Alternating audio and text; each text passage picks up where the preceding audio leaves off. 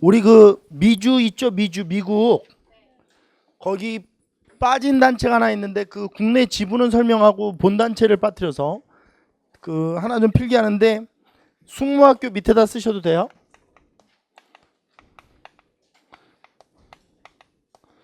이 숙모학교 밑에다 쓰세요.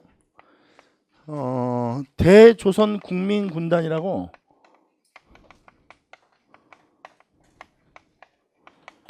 이게 1914년에 만들어진 단체인데 하와이에서 박용만이 결성한 독립군 부대예요. 하와이에서 누가 결성한? 박용만이 결성한 독립군 부대인데 이게 좀 특징이 있어요. 대조선 국민군단이 뭐냐면 우리 지도를 이렇게 보고 있으면 이따가 이제 독립운동사 할 때 우리가 좀 정리해야 될 텐데 우리가 이 지도상에서 이 국내와 지리적으로 가까운 지역들 있잖아요. 이런 지역들에서 독립운동을 하는 사람들은 대부분 독립운동의 방법이 뭐냐면 무장투쟁론자들이에요. 그러니까 무장투쟁론자들이 뭐냐면 독립군을 길러서 뭐 예를 들어서 국내로 들어와서 일본군과 싸워서 독립하자. 이게 이제 무장투쟁하는 사람들이고 보통 우리나라와 거리가 멀리 떨어져 있는 지역에서 독립운동을 하는 사람들은 대부분 뭐 외교 독립이라든지 그러니까 다른 강대국에게 우리나라의 사실을 알려서 일본에게 뭐 압력을 넣는다든지 아니면 뭐 실력 양성 운동이라고 해서 우리나라 국민들의 실력을 양성시킨다든지 뭐 이런 다른 어떤 독립운동의 방법을 가지고 있거든요. 그러니까 국내와 지리적으로 인접한 지역에서 독립운동을 펼치는 사람들과 상하이라든지 미국이라든지 이렇게 국내와 멀리 떨어져 있는 지역에서 독립운동을 하는 사람들은 표정! 멀리 떨어져 있는 사람들은 독립운동의 방법이 다르다. 근데 미국이라면 당연히 우리와 가장 멀리 떨어져 있는 지역이니까 뭐 이렇게 외교 독립론이나 이승만 같은 사람이 그런 사람인데 외교 독립론을 펼쳤던 사람인데 이제 그런 독립운동 방법이 맞는데 이분은 여기에서 독립군을 길렀던 사람이에요. 좀 특이하다는 거죠. 그래서 하와이 사탕수수 농장에서 일하던 그 노동자들 그 일에 지친 사람들을 저녁에 또 불러서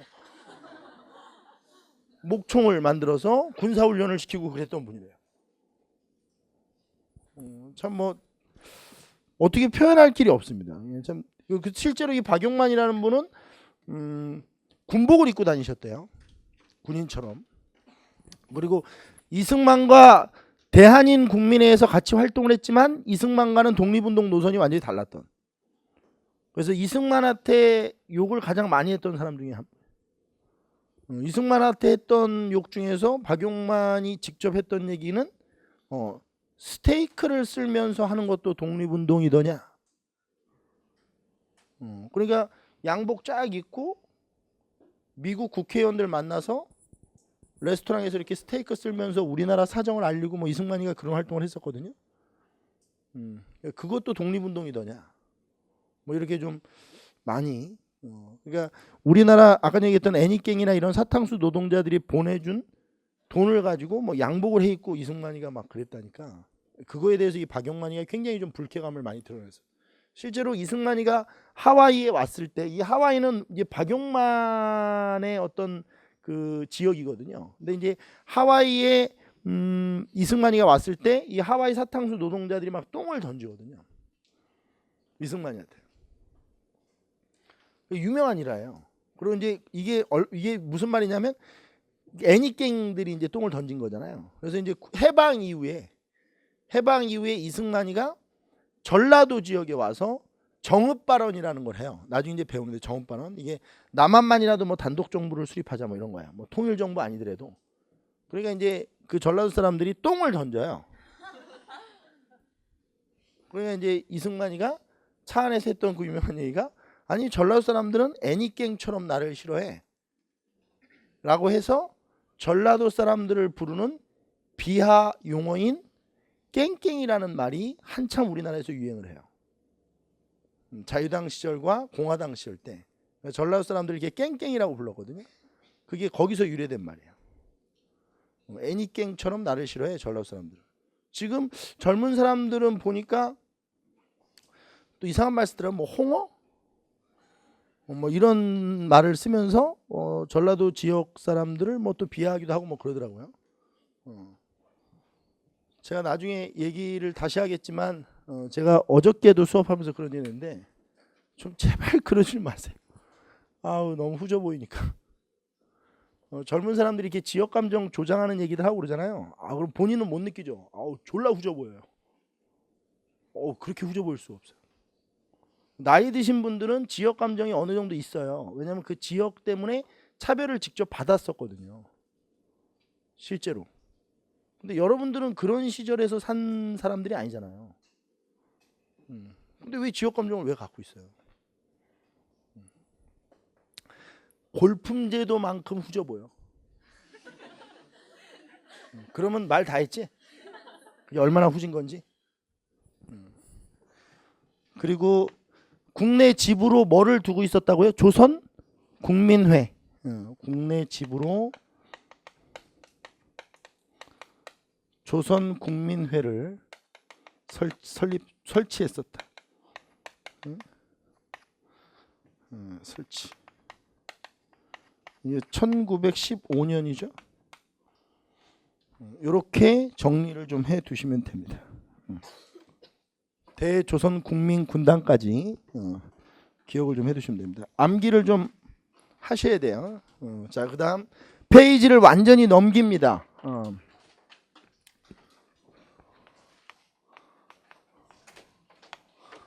자, 3.1 운동을 좀 할 텐데요.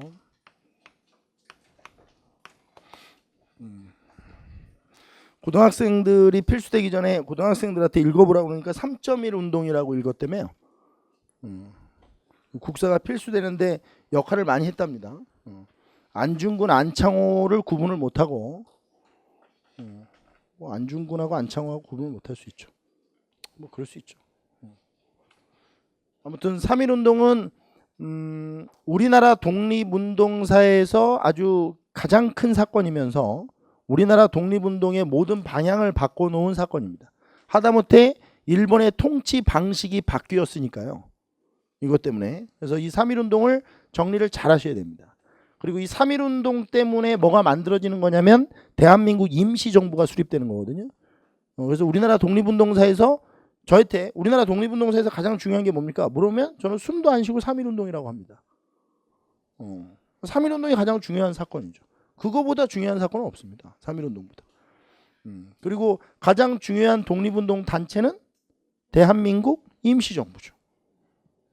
3.1 운동 때문에 대한민국 임시정부가 수립되는 거니까 3.1 운동이야말로 우리나라 독립운동사에서 가장 중요하다. 그럼 시험 문제 출제 현황은 어떠냐? 가장 많이 출제되고 있다. 뭐 읽어보는데 무슨 운동인지 모르겠다. 그러면 3.1 운동으로 찍어라. 자, 3.1 운동의 배경을 좀 하나 보겠습니다. 배경부터. 이 3.1 운동의 배경이 굉장히 좀 복합적인데요. 이 복합적 배경을 좀 한번 보겠습니다. 일단 국제 정세의 변화,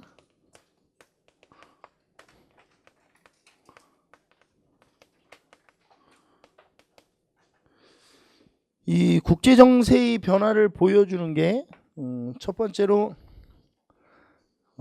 1917년에 볼셰비키 혁명, 그러니까 러시아에서 혁명이 일어나면서 나중에 이제 22년에 소비에트 연방공화국 구소련이 만들어지는데 이 소련이 우리 전 세계에서 최초의 공산주의 국가예요. 그러니까 이 볼셰비키는 노동자 혁명이거든요. 우리나라에서 동학농민운동, 그 농민운동, 그게 이제 농민혁명이 되면 그게 맨셰비키거든요.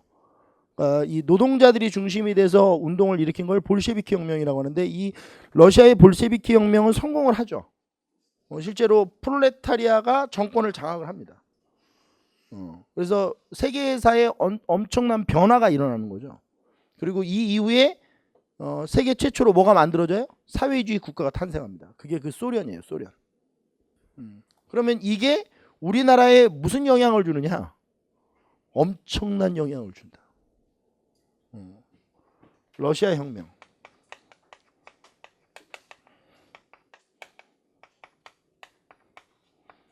이제 1917년에 일어났는데 이 러시아 혁명 당시에 레닌의 연설을 좀 잘 이해하셔야 되는데 레닌이 뭐라고 연설하냐면 세계에 흩어져 있는 노동자와 농민들을 규합해서 프롤레타리아 계급혁명이 완수될 수 있도록 러시아가 적극적으로 발벗고 나서겠다는 거예요. 근데 잘 생각해보면 세계에 노동자와 농민이 없는 나라는 없어. 이게 이제 사회주의가 갖고 있는 힘이었죠. 힘. 급속히 확산. 그러니까 국가의 장벽을 다 허물면서 사회주의가 확산될 수 있었던 것은 사회주의는 국가의 이념이 아니고 말 그대로 계급의 이념이에요. 그러니까 어떤 나라에든 노동자와 농민이 있고 그리고 그 노동자와 농민이 절대 다수죠. 대부분. 그러니까 사회주의와 공산주의는 어찌 보면 불과 100여 년 전에 전 세계의 3분의 2가 열광했던 이념이에요. 이야, 드디어 우리의 세상이 오는구나. 노동자와 농민은 이런 생각을 했던, 이런 생각을 할 수 있게 만든 이념이거든요. 노동자, 농민. 결국 이 노동자와 농민들을 연결해서 사회주의 혁명을 달성하겠다는 이 레닌의 연설은 세계 많은 노동자와 농민들에게 영향을 주고 노동자 농민들의 의식 성장에 기여를 합니다. 계급 의식이 성장하죠. 계급 의식. 아, 우리가 열심히 일을 하는데 우리의 노동이 우리에게 돌아오는 게 아니구나. 이런 이제 구조적인 이해를 사회주의가 갖게 해주죠. 백날 열심히 일해봐라. 니네들이 돈 벌 수 있나? 이런 걸 이제 마르크스의 자본론 이런 데서 이제 이걸 구조적으로 잘 분석을 해내죠. 너희들은 늙어 죽을 때까지 일을 해도 돈을 모을 수는 없다.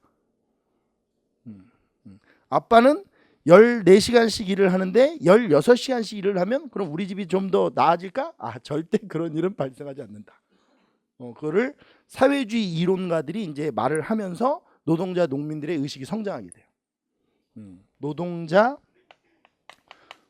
농민의 계급의식 이런 것들이 이제 만들어지고 두 번째 이게 이제 결정타인데 아까 전에도 얘기했지만 잘 보세요. 이건 이제 우리 그 근대사를 안 하고 왔기 때문에 이 제국주의라는 게 어떻게 만들어지냐면 독점 자본주의라고 하는 자본주의 형태와 배타적 민족주의라고 하는 이념이 결합해서 이 배타적 민족주의가 결합해서 제국주의가 만들어져요.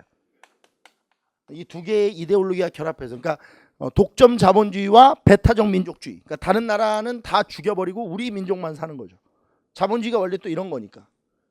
정글 자본주의죠. 그렇죠? 다 죽고 나만 살면 되는 거예요. 자본주의라는 게 원래. 같이 사는 것 그거는 공산주의죠. 다 죽고 나만 사는 거예요. 나만 잘 살면 되는 거야. 자본주의는. 그러니까 결국 이게 독점 자본주의인데 이것이 연결돼서 제국주의를 만들거든요. 그러니까 결국 레닌은 뭐라고 얘기했냐면 세계 약소 민족 국가들이 지금 제국주의 국가들에게 너무 피해를 당하고 있다는 거예요. 그래서 세계 약소 민족들의 해방 운동을 우리 러시아가 지원해 주겠다. 레닌이 이제 연설한 게 이거예요. 그러니까 우리나라 입장에서 이걸 해석해 보면 와, 완전 백마탄 왕자가 나타난 거죠. 그렇죠? 근데 이 사람이 와서 뽀뽀만 해주면 우린 깨는 거야. 그렇죠?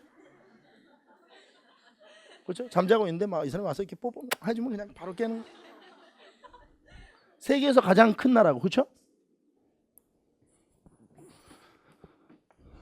약소 국가의 해방운동 지원.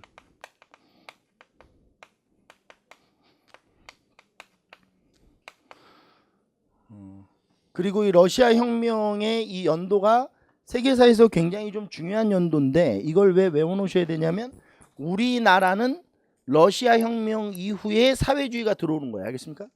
그리고 우리나라의 사회주의는 보통 3.1운동 이후 이렇게 공부하는 겁니다. 그래서 또 3.1운동을 겪으면서 이 노동자 농민들의 의식이 많이 성장하거든요. 우리나라에서도. 그 다음에 또 하나는 미국의 윌슨이라는 대통령의 자결주의 제창, 민족 자결주의 제창. 이 윌슨의 민족 자결주의 제창.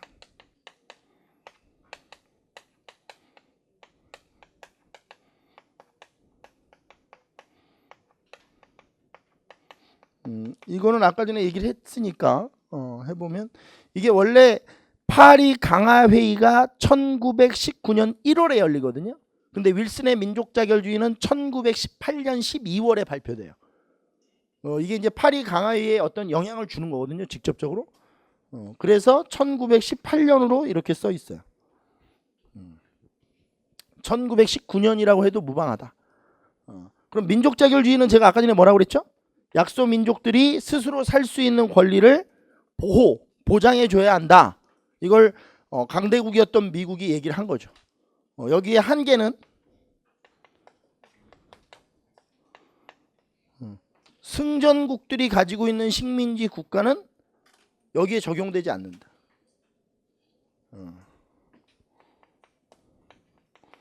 승전국의 논리가 이 안에 담겨져 있다는 거예요. 그러니까 결국 패전국이 가지고 있던 식민지 국가는 해방을 하는데 독립을 지원해 주는데 승전국들이 가지고 있는 나라들은 여기 대상에서 제외된다. 이렇게 보시면 돼요. 여기 이제 국제 정세의 변화고요. 그 다음에 이제 플러스를 좀 한번 해보세요. 그리고 우리나라 이제 국의 노력은 나중에 하고 국외에서 독립선언문이 계속 발표돼요. 국외에서 뭐가 발표된다고요? 독립선언문. 국외 독립선언문이 발표돼요. 발표가 이루어져요. 이거를 이제 제가 처음으로 얘기하는 게 바로 대동단결 선언이에요. 근데 우리 교재에는 뭐를 처음으로 얘기하고 있냐면 무호독립선언을 처음으로 얘기하고 있죠. 저는 대동단결 선언이라고 봐요. 선생님 어떻게 풀어요? 제 개념으로 풀어야죠. 선생님 틀리면요? 절 죽이라고 그랬죠? 참고로 저는 독립운동사를 전공한 사람이에요.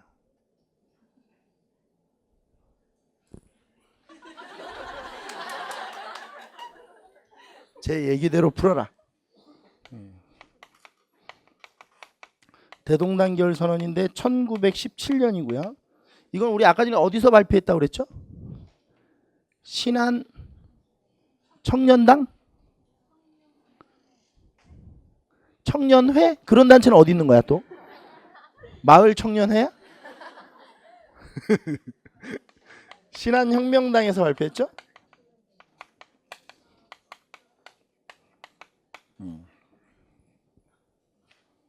대동단결 선언. 괜찮아. 어차피 다 휘발돼. 또 외워야 돼. 자, 그 다음에 무호독립선언이에요. 무호독립선언은 다른 말로 대한독립선언이라고도 해요. 뭐라고도 해요? 대한독립선언이라고도 하는데요. 이건 1918년에 중강단에서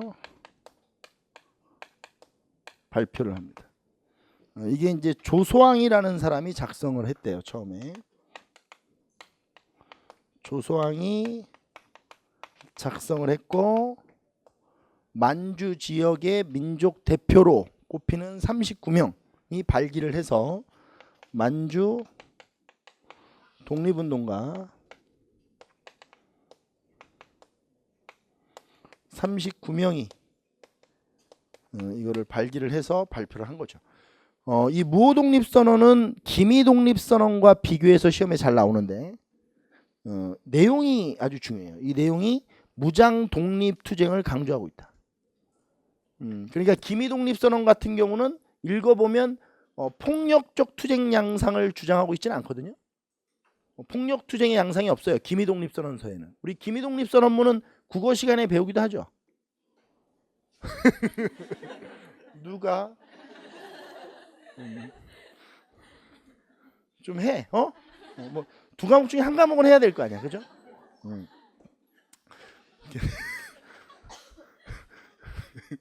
국어도 30점, 국사도 20점. 기미독립선언문은 국어 시간에도 배우는데 이 기미독립선언문은 읽어보면 폭력투쟁의 양상을 주장하지 않아요. 그걸 갖고 있지 않은데 여기는 폭력투쟁의 양상이 보입니다. 이게 폭력투쟁을 주장하고 있죠. 여기서 얘기하는 폭력투쟁은 바로 무장투쟁 이런 걸 주장하고 있다는. 그래서 이 글을 읽다 보면 어떤 글이 나오냐면 독립군이여 뭐 일어나라 아니면 뭐 육탄혈전 이런 말들이 이 사료에 들어있다. 사료는 분석하는 것이 아니고 암기하는 것이다. 무독립선언, 육탄혈전 이렇게 외워놓으면 된다. 그럼 쭉 읽다가 육탄혈전이 나오면 아싸 무독립선언이구나 이렇게 찾으면 되는 거야. 독립군이여 일어나라. 그러니까 이렇게 독립군에 대한 얘기를 하고 있다는 것 자체가 무장투쟁이에요. 일어나라. 깨어나라. 그 다음에 육탄혈전 이런 말들이 여기에서 나온다. 그럼 이 얘기는 무장투쟁을 주장하고 있는 것이다. 기미독립선언과는 좀 차이가 있다. 그 다음에 세 번째 28독립선언입니다. 이건 1919년에 일본 도쿄 유학생들이 발표한 문서예요. 일본의 도쿄에서 유학하고 있던 우리 한인 유학생들이 발표한 독립선언문입니다. 최팔룡 이런 사람들이 중심이 돼서 도쿄 한인 유학생들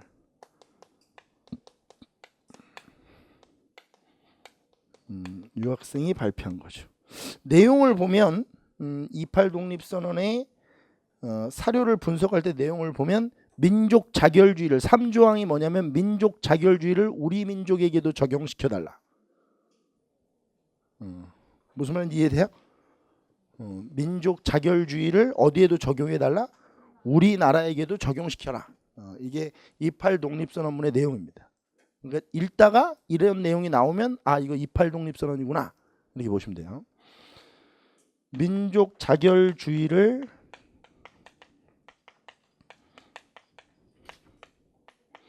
우리 민족에게도 적용시켜라. 에게도 적용시켜라. 이렇게 돼요. 그리고 이 도쿄 한인 유학생들이 만든 단체가 있어요. 이게 조선 청년 독립단이라는 단체예요. 조선 그러니까 시험 문제에서 28독립선언문은 조선 청년 독립단에서 발표하였다. 이러면 오야. 조선 청년 독립단. 이 대표가 최팔룡 이런 사람이라고.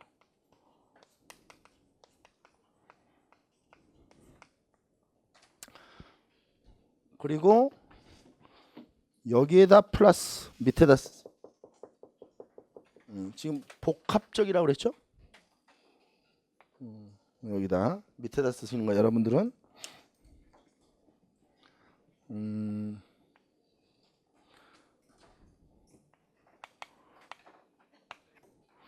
국외에서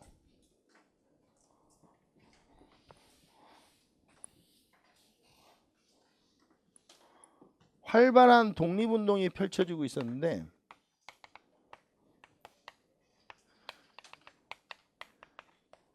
이게 아까 전에 봤던 우리가 국외 독립운동 기지건설과 연결시키지 말고 그냥 따로 떼서 보는 거예요. 뭐냐면 대부분 파리 강화회의에서 파리 강화회의에 대표를 파견한 것. 파리 강화회의에 뭘 파견한 것? 1차 세계대전 종전 이후에 파리 강화회의는 전후 국제 질서를 새롭게 재편하는 것이기 때문에 우리 독립운동가들 입장에서는 이 기회를 놓치지 않으려고 했던 것 같아요. 그러니까 세계 질서가 재편될 때 좀 편승해서 확 이렇게 독립을 해버리는 방법이 제일 좋거든요. 그래서 이걸 기회라고 포착하고 있었기 때문에 이 독립운동, 국외 독립운동 전개는 파리 강화회의에 뭐를 대표를 파견하거나 독립청원서를 제출하거나 파리 강화 회의와 관련돼 있다. 요거를 이제 하나씩 정리해 보면 아까 전에 했던 거를 이제 보면 돼요. 신한 청년당. 이 신한 청년당에서 어떤 독립운동을 했죠? 김규식을 파리 강화 회의의 대표로 파견해서 독립청원서를 제출했죠. 김규식을 파견해서 뭐를 제출했다고요? 독립청원서를 제출했어.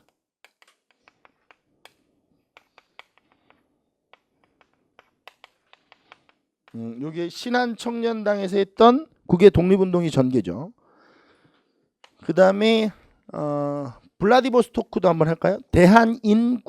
대한국민의회.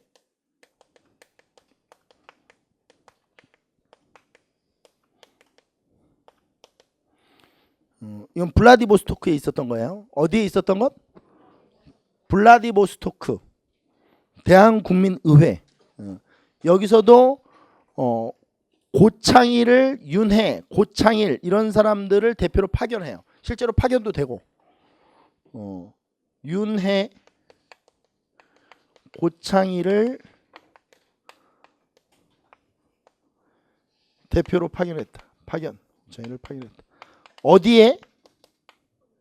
파리 강화 회의에. 대한인국민회.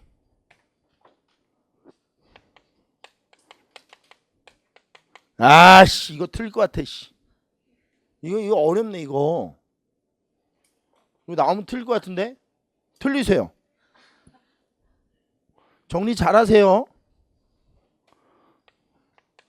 다음 주 DT로 내야지.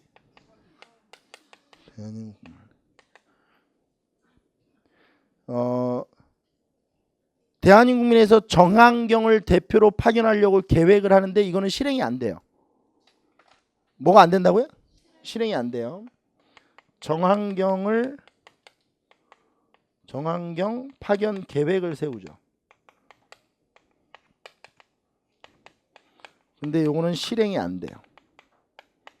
그리고 이승만이가 위임 통치 청원서라는 걸 제출한 거죠. 이승만의 위임 통치 청원서. 이거는 나중에 대한민국 임시정부 할 때 이 위임 통치 청원서가 어떠한 논란을 불러일으켰는지를 제가 소개를 해 드릴 거예요. 위임 통치 청원서. 이걸 제출했다는.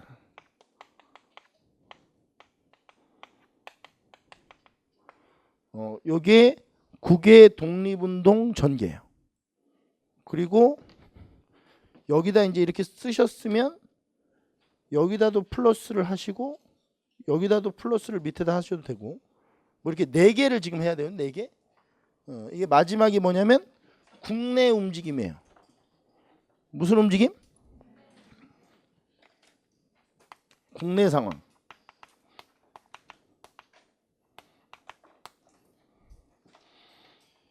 그러니까 여기까지는 지금 대부분 국외죠. 그렇죠?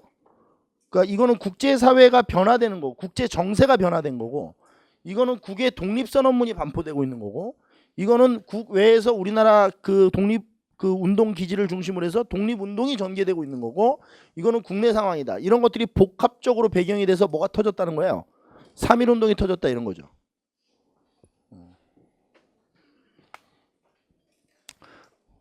고종이 죽어요. 1919년 1월에. 근데 이 고종이 죽었을 때 고종 독살설이 유포돼요. 고종이 독살됐다는 거죠. 그래서 국민들의 분노가 하늘을 찌르기 시작합니다. 고종의 승하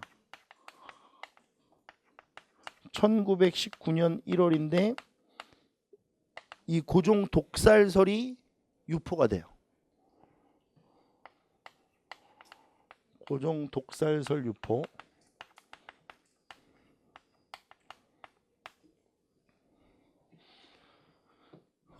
이 독살설이 퍼지면서 국민의 분노가 굉장히 커진다. 분노가 아주 커졌다. 그 다음에 두 번째, 농민들이 정말 살기가 힘들어져요. 왜? 토지조사 사업이 끝났죠. 응? 농민 생활이 거의 파탄난다.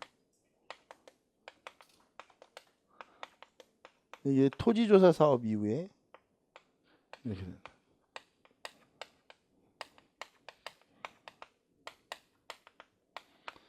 이런 것들이 국내 상황이었다. 그러니까 이런 것들이 이제 자꾸 이렇게 루머처럼 떠돌고, 뭐 사실 루머라고 보기도 좀 그런데 이게 합리적으로 봤을 때 이게 추정이 가능하거든요. 고종이 이완용에게 독살됐을 것이다, 뭐 이런 합리적 추정은 가능합니다. 어디까지나 설이기 때문에 지금 역사 속에서 밝혀지지 않아서 그런데, 아무튼 이제 이런 것들이 복합적으로 작용이 돼서 3.1운동이 계획되었고 3.1운동이 추진되었고 발생했다, 이렇게 보는 거예요. 자, 그러면 이제 3.1운동의 과정을 지금부터 보겠습니다. 3.1운동의 과정. 어려운 게 뭐예요? 다 어려워요. 쉽지 않네요. 그렇죠? 뭐 3.1운동도 중고등학교 학생들 배울 때는 그냥 보면 만세운동이 일어났다 뭐 이러는데, 자, 과정을 보겠습니다. 과정. 3.1운동의 과정. 이 과정이 점화기, 도시 확산기, 그 다음에 농촌 해외 확산기, 이렇게 세 개로 구분돼요.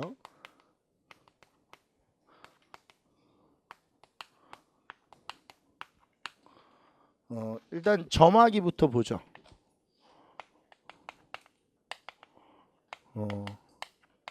3.1운동 뭐 1기라고 보면 될 텐데, 민족대표 33인이 결성돼요. 뭐가 결성된다고요? 민족대표 33인.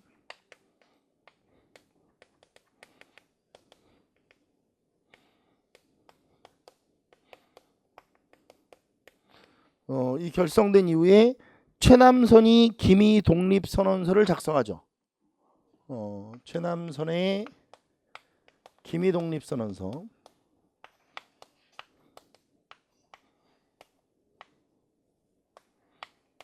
독립선언서가 작성이 돼요. 그리고 이 기미 독립선언서는 뒤쪽에 한용운의 행동강령, 그 공약 3장이라고 불리우는 이 행동강령이 덧붙여지면서 완성이 되죠. 뒤쪽에 한용운의 공약 3장, 이게 뭐 요약하는 건데 행동강령을, 공약 3장.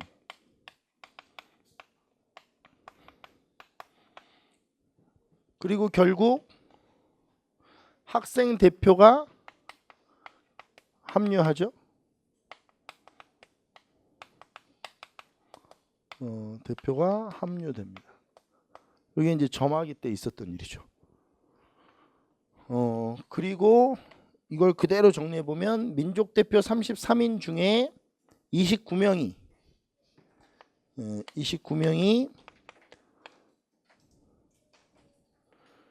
종로의 한 음식점인 태화관에서 기미독립선언서를 낭독하고 자진 체포됩니다. 근데 이게 이제 처음에 이 민족대표 33인 중에 29명이 태화관에서 음식점인데, 일종의 식당인데, 여기서 독립선언서를 발표하고 자진 체포된 거는 이 3.1운동이 이렇게까지 크게 확산될 줄 민족대표 33인은 예상을 못했대요. 그러니까 자기네들이 독립선언문을 발표하고 오히려 시위가 확산될까봐 식당에서 발표한 거예요. 왜냐면 이게 시위가 확산돼 버리면 민중들이 뭐 이렇게 좀 동요를 하고 이러면 민중들이 죽을 수도 있으니까. 그러니까 이제 자기네들이 식당에서 발표하고 뭔가 이렇게 좀 천명하는 거죠. 왜냐면 해외에서 자꾸 이렇게 독립선언들이 나오고 있는데 국내에서 독립선언이 나오고 있지 않다는 것은 좀 뭔가 부끄러운 일이다 라고 판단을 해서 기미독립선언문을 발표하고 자기네들이 좀 체포되어서 이거를 좀 이때 당시에는 좀 이슈화 시키려고 했던 것 같아요. 그래서 이제 국민들한테 알리고, 우리 민족 대표들이 이렇게 지금 독립선언문을 낭독하다가 체포되었다 라는 것만 알려줘도 된다라는 생각이었던 것 같아요. 근데 이게 이제 민족대표 33인의 생각과 다르게 이 학생 대표들이 탑골공원에서 이제 만세, 그러니까 기미독립선언문을 똑같이 낭독하고 만세 시위를 전개했는데 이게 갑자기 확산이 되기 시작한 거죠. 막 갑자기 민중들이 계속 합세를 하고 막 태극기를 막 숨겨놨던 태극기를 꺼내고 막 대한독립 만세를 외치면서 이 시위가 이제 걷잡을 수 없이 막 감정적으로 막 이렇게 퍼지기 시작하는 겁니다. 그러니까 이게 되게 웃긴 거는 3.1 운동을 계획하는 사람들이 1차적으로 계획한 게 아니다라는 거예요. 그러니까 3.1 운동을 계획했던 사람들은 어디까지냐면 태화관이라는 음식점에서 기미독립선언문 낭독하고 자진 체포되고, 또 탑골공원에서 학생들이 기미독립선언문 낭독하고 그냥 만세 부르다가 체포되고 끝나는 거였어요. 원래는 계획이. 그것만 해도 우리나라의 독립의 의지를 좀 보여주는 것이다 라고 봤는데, 느닷없이 민중들이 막 참여를 하면서 이게 한 달 반 동안 전 세계사의 유례를 찾아볼 수 없는 독립운동사를 만든 거죠. 민중들이 합세를 하면서. 태화관에서, 이게 음식점이에요. 태화관에서 독립선언문 낭독하고 선언문 낭독하고 자진 체포돼요.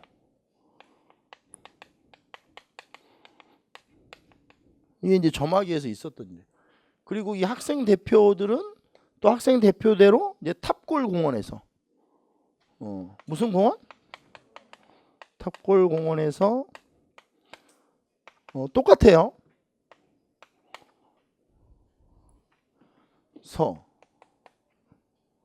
탑골 공원에서 독립선언문 낭독하고 선언문을 낭독하고 이게 이제 만세를 외쳤죠. 만세 운동, 만세 시위를 했는데 이제 체포가 된 거고, 이거는 이제 만세 시위를 했는데 여기에 이제 민중이 갑자기 참여를 하면서 민중 참여가 시작되면서 갑자기 서울 전 지역으로 확산되기 시작한다. 서울 전역으로 확산이 된다. 그리고 이 당시에 이제 예고돼 있었던 이제 해보자고 했던 게 있었겠죠. 학생들 연합해서. 근데 이때 이제 평양에서도 동시에 이 독립선언문이 낭독되고 만세 시위가 하는데 평양에서도 갑자기 이제 확산이 되기 시작하는 거죠. 이게 이제 점화기다, 점화기. 그 다음에 도시 확산기를 이제 거치는 겁니다.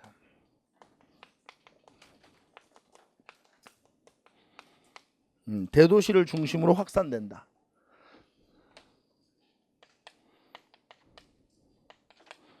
대도시 중심으로 시위가 이제 만세 시위가 계속 확산이 되죠. 시위가 계속 확산이 되었다. 문제는 이제 저 농촌 해외 확산기인데,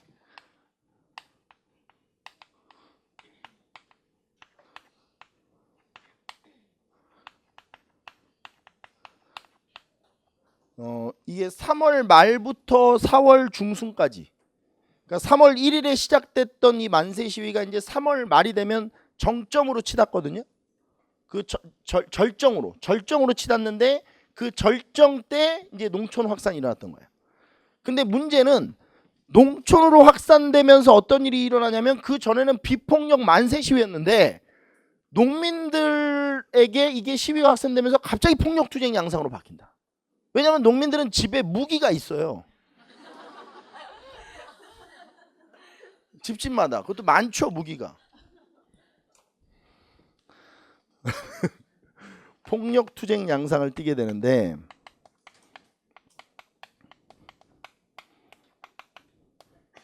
양상으로 전환된다는 거예요. 이 농촌으로 바뀌면서. 근데 이 폭력 투쟁 양상으로 전환되는 건, 제가 아까 전에 지금 방금 전에 뭐 농담한 거고, 무기가 있다 이거 농담한 거고, 농민들이 가지고 있었던 이 감정적인 부분이 도시에 살고 있는 사람보다 훨씬 더 컸다. 열받음이. 그게 바로 토지조합 사업이에요. 그러니까 토지조합 사업으로 땅을 다 뺏기고 나니까 이 감정이 아주 굉장히 안 좋은 상황에서 이게 딱 불이 붙으니까 이런 씨알 다 죽여. 이제 그렇게 된 거죠. 그래서 막 지준의 집을 쳐들어가기도 하고 관공서를 습격하고 뭐 이제 농민들이 이제 이렇게 하는 겁니다. 뭐 우리 농민들이 하는 말 중에서 제일 무서운 말이 이래 주거나 저래 주거나 매 한 가지야. 이러면 이제 이게 폭동으로 번지거든요. 가만히 있어도 죽고 시위하다가 죽어도 되고 뭐 이래 죽어도 저래 죽어도 매 한 가지다. 이러면 이제 얘기가 복잡해져요. 결국 이 폭력투쟁 양상이 띄어진 거는 토지조사 사업의 영향이다. 뭐 이렇게 정리를 좀 해주면 돼요.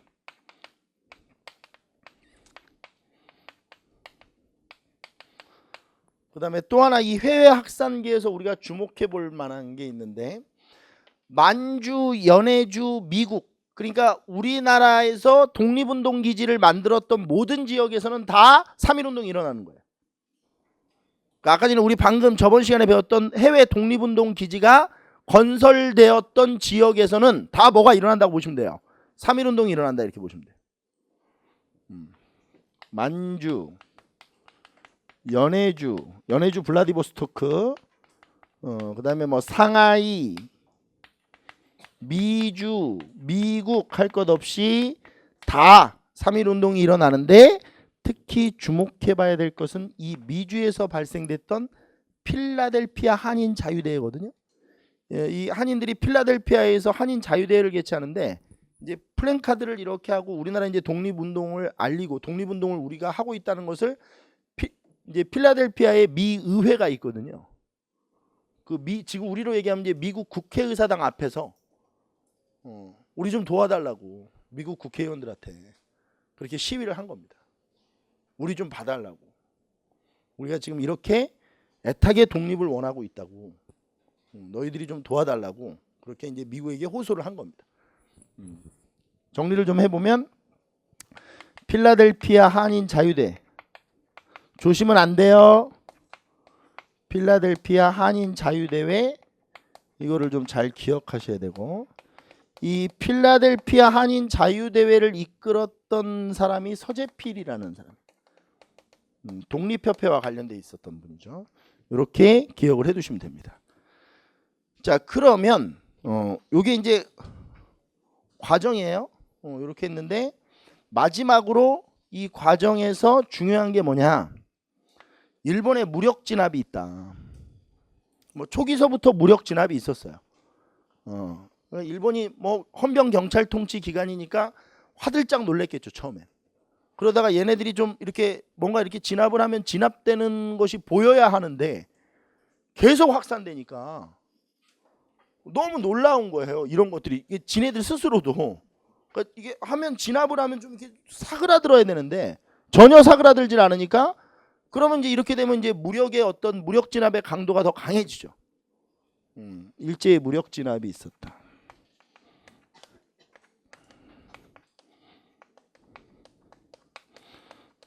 나중에 이 부분은 결과 부분에서 다시 다루겠지만 이 일제의 무력 진압 과정이 세계 언론을 통해서 그러니까 뉴욕 타임즈 그다음에 그 뭐죠? 영국의 그 뭐죠?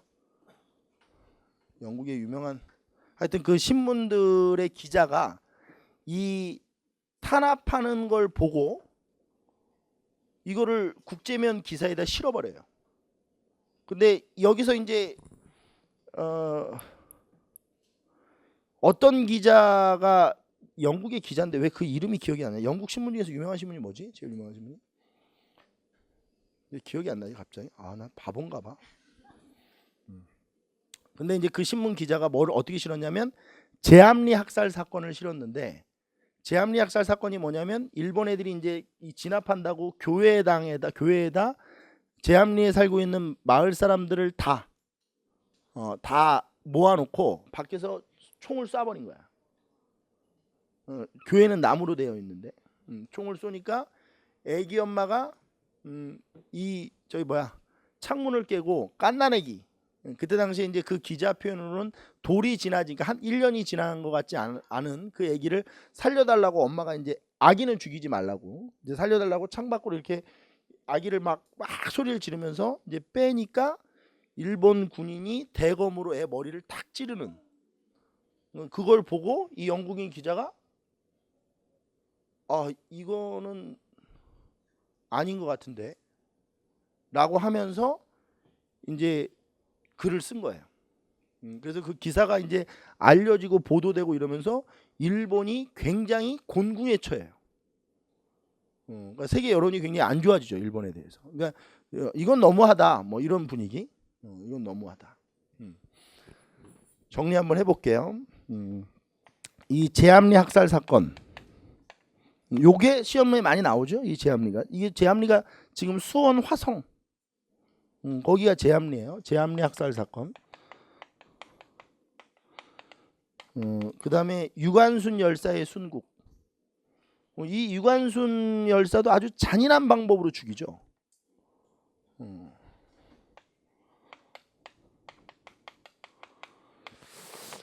이런 것도 참, 우리가 이 유관순 열사는 어려서부터 우리가 많이 듣잖아요. 그렇죠? 이 어떤 소녀의 그 어린 소녀의 그 독립운동사를 우리가 얘기할 때 유관순을 빼놓을 수가 없는데, 유관순이 했던 유명한 얘기는 법정에서 재판을 받는데 유관순이 재판을 받을 수 없다라고 일어났대요.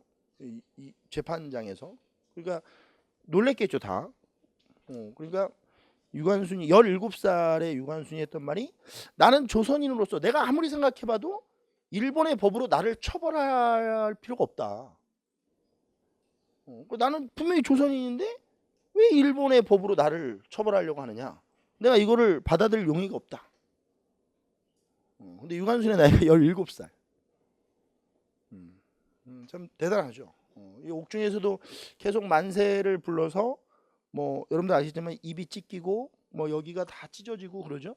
뭐 몸이 완전히 뭐 거의 만신창이가 되도록 그 일본인들이 유관순을 굉장히 아주 고문도 하고 굉장히 아주 잔인한 방법으로 죽인다는데, 그 과정에서도 이 흐트러짐이 없었다고 합니다. 이 유관순이. 법정에 서서 유관순이 했던 그 얘기는 아주 지금까지도 많이 회자되죠. 나는 조선인으로서 일본인의 법으로 나를 처벌할 필요가 없다. 그리고 재판을 받지 않겠다. 뭐 이런 걸 떠나서 이 강인함이 어디서 나오는 걸까? 제가 그런 얘기를 여러분들한테 전에 했는지 모르겠는데, 우리나라 독립운동사를 공부하다 보면 좀 이상한 게 있거든요. 그게 뭐냐면 너무 지나칠 정도로 열심히 해요, 사람들이. 우리나라 독립운동가들이 정말 열심히 독립운동을 하거든요. 근데 그 근본적인 힘이 어디서 나오는 것이냐? 그게 역사에서 나오는 것 같아요. 긴 역사. 그리고 일본보다도 우리가 우월하다는 문화 인식의 태도. 그러니까 이게 역사를 쭉 보다 보면 일본이 우리에게 대부분 영향을 받았지, 우리가 일본에게 영향을 받지는 않았거든요. 우리가 주었지.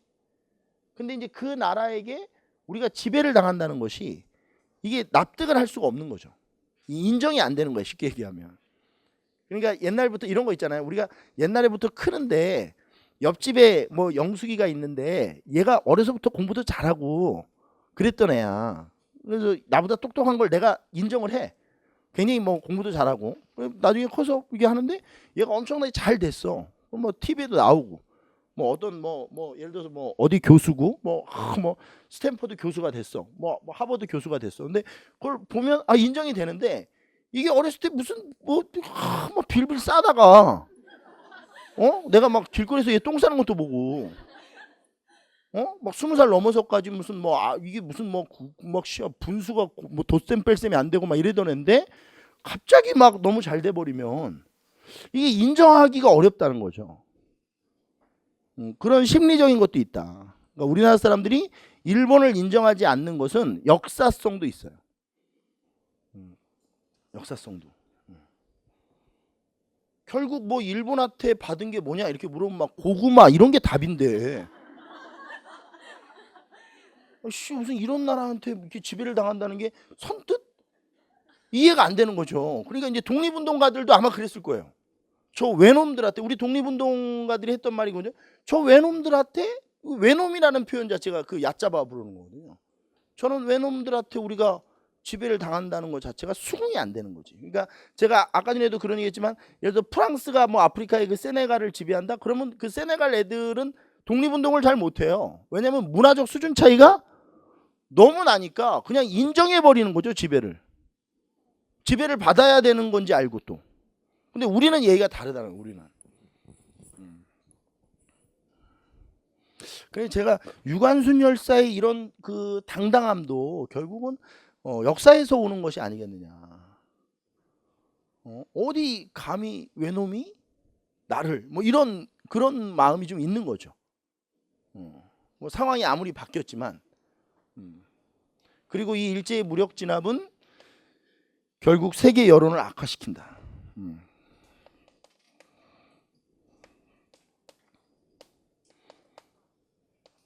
파이낸셜 타임즈 거기가 영국 신문 맞죠? 죄송해요. 가끔 미련이 계속 남아서 그 기자가 신문이 뭐지 그게? 세계 여론의 악화. 그렇죠. 파이낸셜 타임즈 같아. 영국 파이낸셜 타임즈 기자가 이 제암리 학살 사건을 보도하면서 국제면에 보도하면서 세계 여론이 굉장히 안 좋아져요. 일본한테. 자 그리고 이제 결과를 좀 볼게요. 여기다 3.1 운동의 결과 어떤 일이 있었느냐.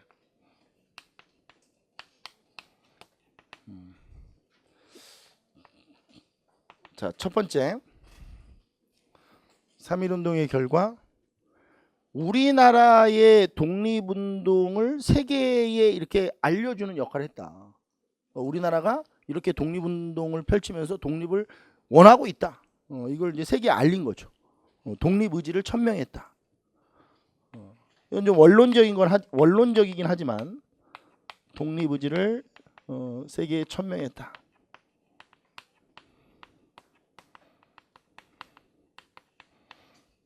그 다음에 두 번째 이게 독립운동의 기반을 확대해요. 그러니까 인적 기반.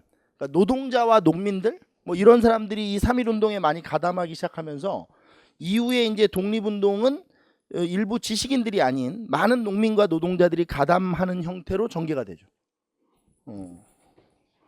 독립운동의 인적 기반이 확대된다. 독립운동의 인적 기반 확대.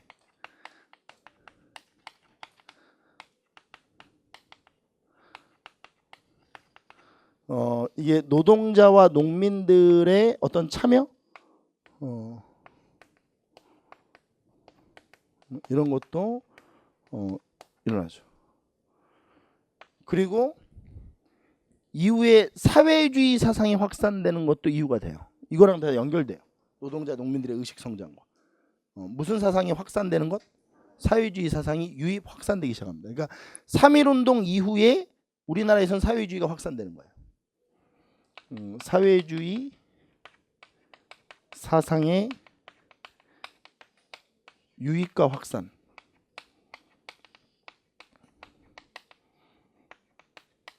이런 건 이제 좀 원론적인 것들이고, 그 다음에 이제 공부를 좀 체계적으로 해야 될 것들이 나오는데, 일제 통치 방식을 변화시켰다는 거예요. 무단 통치를 뭘로? 문화 통치를 완전히 변화시켜 버렸다. 그러니까 일본 애들이 이건 안 되겠구나 라는 생각을 갖게끔 해준 거죠. 일제 통치 방식의 변화.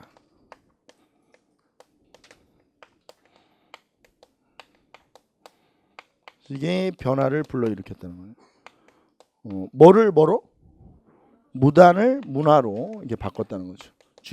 뒤에 통치는 뭐 생략하고요. 무단 통치를 문화 통치로 이렇게 바꿨다는 거예요. 그 다음에 대한민국 임시정부 수립의 어떤 기폭제 역할을 하는 사건입니다. 그러니까 이 대한민국 임시정부가 왜 수립되냐면 독립운동가들이 이랬대요. 3.1 운동을 보면서 너무 놀란 거야. 독립운동가들도. 그러니까 이렇게 일반 민중들이 독립의 열망이 큰 줄 알았더라면 이런 식으로 계획을 하지 않았겠죠. 자진 체포되지도 않았을 거고. 근데 이게 너무 뜨겁게 민중들이 독립운동을 하니까 이게 독립운동의 어떤 체계적이고 구심체 역할을 할 수 있는 단체만 있다면 이게 이제 진짜 가능하겠다는 생각을 한 거예요. 그래서 이후에 이제 독립운동의 구심체 역할을 할 수 있는 단체의 필요성이 자각되는 거죠. 이 독립운동에 좀 구심체 역할을 할 수 있는 단체가 필요하다. 그래서 그 단체가 이제 대한민국 임시정부로 수립이 되는 겁니다. 대한민국 임시정부 수립의 계기가 된 거죠. 그 다음에 항일 무장투쟁을 활성화시켜요. 그러니까 이거는 이제 어떻게 됐든 간에 3.1운동은 비폭력 만세 시위 형태였으니까 이 비폭력 만세 시위의 이 시위 형태에 대한 어떤 반성이 있었겠죠. 그래서 안 되겠다. 실제로 싸우자. 그래서 항일 무장독립투쟁을 활성화시키는 계기가 됩니다. 이렇게 만세해서는 안 된다는 거죠. 실제로 일본과 싸워야 된다라는 어떤 의식이 생겨요. 그래서 실제로 1919년 3.1운동 이후에 1920년에 바로 만주에서 봉오동 전투, 청산리 전투 이런 게 이듬해 바로 터져버립니다. 봉오동, 청산리가 다. 항일 무장투쟁을 활성화시킨다.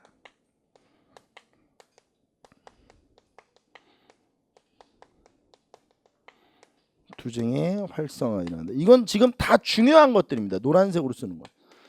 그 다음에 마지막 아시아뿐만이 아니라 전 세계라고 봐도 돼요. 그러니까 뭐 아시아로 한정해도 상관없는데 아시아 반제국주의 운동의 신호탄 역할을 합니다. 그러니까 이 사건이 일어나고 나서 중국에 바로 오사운동이 일어나고요. 그 다음에 인도에서 비폭력 불복종 운동, 그러니까 네루, 간디를 중심으로 하는 인도의 반영 제국주의 운동이 이제 드디어 본격적으로 시작이 돼요. 이 3.1운동을 계기로. 실제로 저희 대학 다닐 때 네루가, 그러니까 인도의 독립운동가 네루가 자기 딸에게 쓴 편지를 묶은 세계사 편력이라고 하는 책이 있었는데 그 책에 보면 네루가 3.1운동을 자기 딸에게 잘 소개시켜요. 이 자기 딸도 인디라 간디라고 해서 이 사람이 인도 최초의 여성 총리가 되거든요. 네루의 딸이. 근데 이제 이 네루에게 편지를 자기 딸에게 쓴 편지를 모아서 책으로 발간한 게 세계사 편력이라는 책이에요. 굉장히 감동적인 책입니다. 이 역사서치고는 굉장히 오랜 기간 동안 세계에서 이 아주 많이 팔리고 있는 책이거든요. 근데 이 네루의 세계사 편력을 보면 그런 얘기를 하는 거예요. 그러니까 이 조선에서 이런 운동이 일어났고 조선의 이 운동을 보면 소녀들이 그 고등학교 다니고 있는 중학교 다니는 소녀들이 손에 태극기를 들고 흔들면서 눈물을 흘리면서 대한독립 만세를 외친다. 그런 얘기를 이제 쓰고 있는 거예요, 딸에게. 그러니까 결국 그 얘기는 넌 뭐하니 이거죠. 자기 딸한테 아니 그 얘기하는 거잖아. 넌 뭐하니 근데? 결국 인도의 이 비폭력 불복종 운동에 반영 제국주의 운동에 이 우리나라의 3.1운동에 영향을 줘. 중국의 오사운동은 뭐 완전히 3.1운동 카피고요. 그러니까 중국의 오사운동 그 경문을 보면 3.1운동을 모델로 일으킨다 이렇게 쓰고 있으니까. 그래서 이 3.1운동은 한국사뿐만이 아니라 세계사를 공부할 때도 이게 출제가 되는 그런 사건이죠. 그러니까 이제 고등학생들이 세계사를 선택해서 공부하는데 3.1운동이 나와요. 지금은 동아시아사 이런 데서도 이 3.1운동은 많이 출제되죠. 아시아 반제국주의 운동의 신호탄 역할을 했다. 제국주의 운동의 신호탄이었다. 대표적인 아시아 반제국주의 운동은 중국의 오사운동,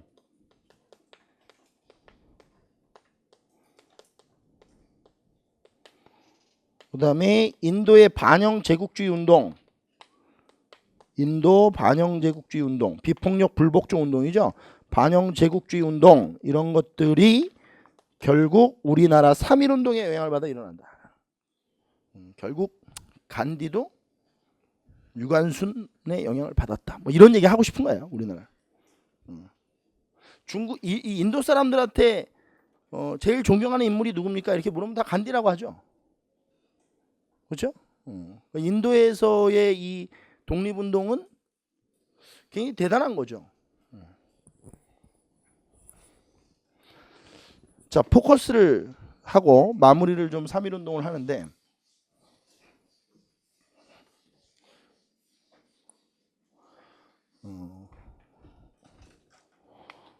이건 조금 다른 개념을 정리해야 돼요. 3.1운동 이후에 우리나라 독립운동이 활성화돼요. 3.1운동 이후 뭐가 활성화된다고요? 독립운동이 활성화되는데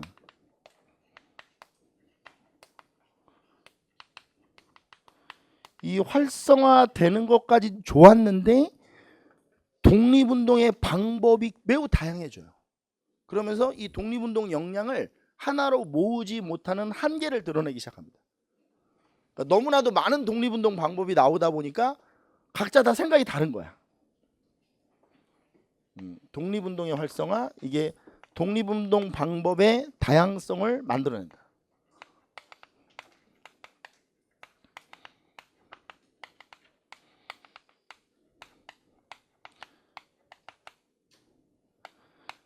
이것이 가지고 있는 장점도 있지만 이것 때문에 만들어진 우리나라 독립운동사의 한계, 단점도 많다.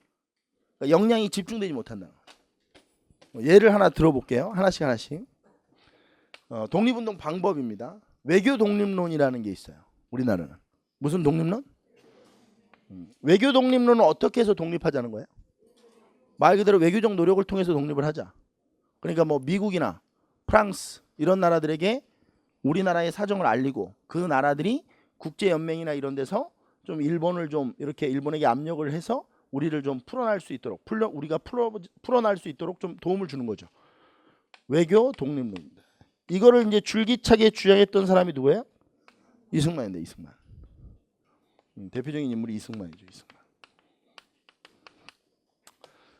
그 다음에 우리나라는 무장투쟁론? 뭐 이 사람들도 있죠. 무장투쟁론. 이 무장투쟁론을 주장하는 사람은 잘 들으셔야 돼요. 제 말. 근대사를 공부를 안 해서. 일단 독립군들을 길러. 시간을 두고 뭐를 길러? 독립군들을 잘 길러서 독립군들 훈련을 열심히 시켜. 그럼 이제 독립군들을 훈련을 뭐 5년을 시키든 10년을 시키든 열심히 시켜서 군사적으로 힘을 강력히 만든 다음에 일본과 싸워서 이기는 거야. 군대를 만드는 거지. 이게 이제 무장투쟁론이야. 여기에 이 방법에 이 방법을 채택하고 있던 사람들이 이동휘 군인이었던, 그 다음에 박용만 이런 사람들이야. 그 하와이의 대조선 국민군단을 만들었던 박용만 이런 사람들이 이 무장투쟁론자들이야. 그 다음에 실력 양성론자들도 있어.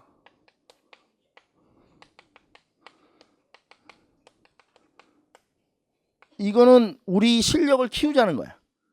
그럼 대표적으로 우리가 독립하기 위해서 키워야 될 실력 중에 제일 중요한 게 뭘까? 공부하는 거야, 공부. 제가 고등학교 학생들한테 수업할 때 그런 얘기 하거든요. 남학생들 앉아 있을 때.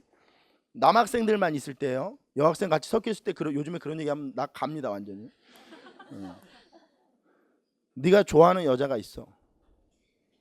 네가 그 좋아하는 사랑하는 여자를 지키고 싶어. 지켜주고 싶어. 넌 지금 뭘 해야 할까? 내가 그렇게 묻거든요. 헬스클럽 등록을 해? 아니면 주짓수 이런 걸 배워? UFC 이런 거? 사랑하는 여자를 지키기 위해서 우리나라에서 해야 할 일은 뭐예요? 공부를 열심히 하는 거야. 그래야 사랑하는 여자를 지켜낼 수 있어. 근데 이거를 왜 요즘에 여학생들 있는 데서 하면 안 되냐면, 여학생도 이 얘기를 해줘야 돼. 네가 사랑하는 남자가 있어. 요즘에 똑같아. 그 남자를 네가 지켜주고 싶어. 요즘엔 그럴 수 있죠. 나도 뭐 지킴을 받고 싶은 사람인데. 그럼 넌 요즘에 뭘 해야 돼? 그러면 여자들도 마찬가지예요. 공부를 열심히 해야죠. 특히 고등학생들한테는 그런 얘기를 해줘요. 사랑하는 것을 지키기 위해서 우리나라에서 제일 필요한 건 뭐냐? 자기 실력을 키우는 건데, 그 실력은 결국 공부예요. 공부를 열심히 하는 거죠. 공부를 열심히 해야 자기 주변에 사랑하는 것들을 지켜낼 수 있어요. 그러니까 안창호 선생님이 했던 얘기예요. 이 얘기는 멋있게 들을 필요 없어요. 나는 이게 출처를 정확히 밝히는 사람이에요. 안창호 선생님이. 사랑하는 것들을 지키기 위해서는 뭐를 해야 한다? 공부를 해야 한다. 안창호 선생님, 이게 준비론이라고도 하거든요. 뭐라고? 준비론이라고도 부르고, 이거는 이제 안창호 선생님. 그러니까 뭐를 준비하자는 거예요? 독립을 준비하는 거죠. 독립을 준비하는 자세는 공부하는 거예요. 공부. 그 다음에 민중 직접혁명론이라고 하는, 여러분들이 아마 처음 듣는 거일 텐데, 민중 직접혁명론이라는 것을 주장하는 사람들이 있었죠. 이걸 이제 처음 들고 나온 사람이 누구냐면 단재 신채호 선생입니다. 누구라고요? 이 신채호의 글, 이 신채호가 쓴 글이 우리나라 일제시대의 시험 문제에서 제일 많이 발췌되는 거거든요. 기미독립선언보다 더 많이 나오는. 그게 뭐냐면 조선혁명선언이라는 글이에요. 이게 의열단 강령이 되기도 하거든요. 나중에 뭐가 돼요? 의열단의 강령으로 채택되는 건데, 이게 조선혁명선언이에요. 이 조선혁명선언에 보면 이 민중 직접혁명론이 잘 언급돼 있어요. 그대로 분석하면 모든 민중이 직접 독립운동을 해야 된다는 거예요. 이러면 우리나라는 금방 독립될 수 있어요. 근데 이게 웃긴 소리 같은데 진짜 이렇게 하면 바로 독립돼요. 그러니까 2천만 민중이 다 독립운동을 해야 하는 거죠. 그러니까 학생들이 이렇게 학교 다닐 때 수류탄 뭐 이런 거 가방에다 넣고 이렇게 다니다가 둘, 셋 이러면 같이 경찰서에다 던지고, 그리고 일본 경찰 이렇게 지나가면 막 같이 달려가서 입 찢고 막. 근데 사실 이러면 진짜 독립이 되지 않겠어요? 뭐 생선 파는 할머니들 아줌마들이 이렇게 12시네? 그리고 조선총독부에 가서 이렇게 폭탄 던지고 오고 돌아가면서, 그렇죠? 야, 오늘은 네가 던질 차례 아니야? 벌써 나야? 막 이러면서 또 던지고 이러면 뭐 모든 민중이 다 이러면, 이게 말은 웃기지만 진짜 하면 돼. 이게 민중 직접혁명론이에요. 그러니까 모든 민중이 직접 독립운동에 뛰어들어야 된다는 건데, 근데 그러기가 어려워서 그렇지 되기만 하면 바로 독립돼요. 진짜 이 방법. 그 다음에 이거는 이제 자치론이라고 해서, 이건 나중에 이제 배울 텐데 이광수 같은 애들이 주장했던 겁니다. 일단 독립을 유보하고 자치권을 먼저 얻자. 그래서 우리나라를 이렇게 좀 통치할 수 있는 힘, 이런 것들을 길러서 이후에 독립을 하자. 뭐 이런 게 바로 이광수의 주장이에요. 1920년대의 자치론은 일정 정도의 독립운동의 성격을 갖고 있어요. 이게 이제 이 자치론이 1930년대로 가면 자치론을 주장했던 사람들이 대부분 다 친일화되거든요. 근데 20년대까지는 이것도 독립운동의 한 방법으로 제한이 된 겁니다. 이광수죠. 그 다음에 계급혁명론이 있어요.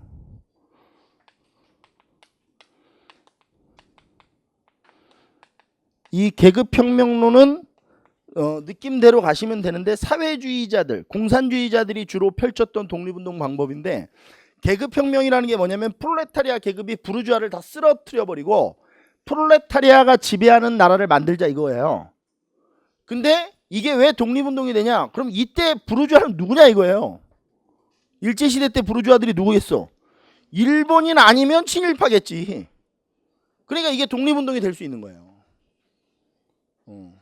그러니까 이때 당시에 일제시대 때 잘 살았던 사람들은 당연히 일제 밑에서 이렇게 딸랑딸랑거리면서 살았던 사람들이 잘 살겠죠. 물론 아닌 사람도 있지만 자기 소신껏 뭐 재산을 불렸던 사람도 분명히 있을 수 있어요. 근데 대부분 비율로 보면 일제시대 때 잘 살았던 사람들은 뭐 이렇게 좀 딸랑거리고 그랬던 거죠.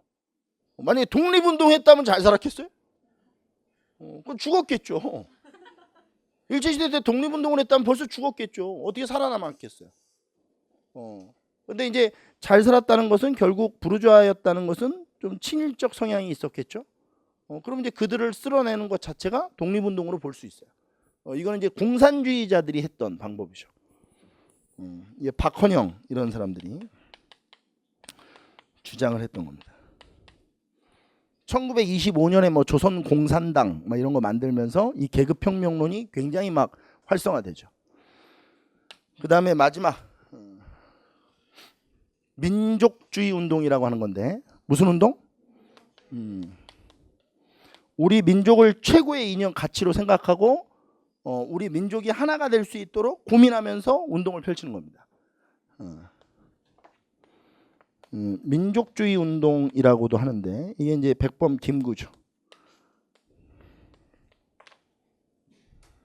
백범의 범자가 무슨 범자예요? 호랑이 범자예요? 일반 범자죠. 그러니까 백범이라는 호가 무슨 뜻이에요? 일반 평민 이런 뜻이에요. 호가. 졸멋. 난 진짜 이런 분들이 너무 멋있어. 호가 평민이야. 그 호는 어디서 만들어진 거냐면 이 백범 선생이 원래 동학 교도였죠. 동학에서 강조하는 게 뭐예요? 평등이죠. 평등. 모든 사람이 평등하게 사는 것. 동학하면서 제가 얘기하겠지만 동학은 하늘을 공경하는 거거든요. 경천 사상에서 시작되는데 이 반전을 한번 보세요. 모두 하늘을 경영해. 그래서 하늘님을 모셔야 돼. 이게 시천주야. 천주를 모셔라. 그렇게 해놓고 최재우가 뭐라고 얘기하냐면 인내천이래. 사람이 곧 하늘이야. 그러니까 이게 하늘을 모시라는 게 아니고 누굴 모시라는 거야? 사람을 모시라는 거야. 그러면서 이제 얘기한 얘기가 사인여천, 사람 대하기를 하늘과 같이 해라. 옆에 사람한테 그렇게 하고 있어? 그 안 보고 캐리어 막 이렇게 패스하고 이러면 안 돼. 알겠어? 그분도 집에 가면 둘도 없는 아들이야. 알겠어? 그 아들 그거 키우려고 그 어머님이 인생을 걸고 키웠을 수도 있어. 그런 아들한테 그렇게 패스를 하면 돼? 그거는 제가 매번 얘기하지만 사람은 다른 게 중요한 게 아니고 인품이 제일 중요해. 제가 여기 가운데 서서 가끔씩 이렇게 수업을 하다 보면 저도 가끔씩 이렇게 통제가 안 돼요. 왜냐하면 그거는 이해를 해주셔야 될 게 제가 가끔씩 이제 이렇게 하면 막 조시는 분이나 이러면 제가 이제 말을 좀 함부로 이렇게 해서 그분이 기분이 나쁠 때도 있어요. 근데 제가 항상 얘기하는 건 뭐냐면 그게 왜 그런지에 대한 그 기저에 흐르는 것들을 이해해 주셔야 돼요. 제가 그분을 무시하고 그분을 심하게 얘기하려고 하는 게 아니고 전체를 위해서 어쩔 수 없어서 하는 거예요. 저는 절대로 사람을 무시하지 않아요. 정말 가슴에 손을 얹고 진심으로. 저는 여태까지 살면서 제 생활 신조가 절대 사람을 무시하지 않는 거예요. 아무리 수험생이 와서 뭐라고 하든 뭐 하든 저는 그 사람을 무시하지 않아요. 그 사람이 어떤 대학을 나왔든 어떤 학교를 나왔든 저한테는 아무런 그 기준이 되지 않아요. 그 사람을 판단하는데 맹세코. 그게 제가 여태까지 살면서 공부를 하면서 쌓아온 저의 가치예요. 저는 백범이 너무 좋아요. 왜? 백범을 보고 제가 많이 배웠거든요. 백범이 아랫사람들을 어떻게 대하는지, 백범이 자신이 데리고 있는 그 부하죠. 어떻게 보면 임시정부를 주석으로 이끌었으니까 그때 그 각 부서 지금으로 얘기하면 장관들을 어떻게 대하는지 그런 걸 보면 그게 그분의 인품이에요. 근데 놀라운 거는 그분은 정규 교육 과정을 배우지 않았어요. 백범은 뭐 이승만처럼 뭐 미국에 있는 대학교를 다니고 대학원을 다니고 박사학위 그런 거 없어요. 김구 선생님은. 근데 아무리 봐도 저는 김구가 더 멋있는 것 같아요. 이승만보다는. 그러니까 사람은 그런 교육 정도나 이런 걸로 판단되어지지 않아요. 역사적으로도. I love 김구. 잠깐 쉬었다가 마지막으로 우리가 김구가 몸담았던 대한민국 임시정부의 수립까지만 하고 오늘 끝낼 거예요. 잠깐 쉬었다 갑시다.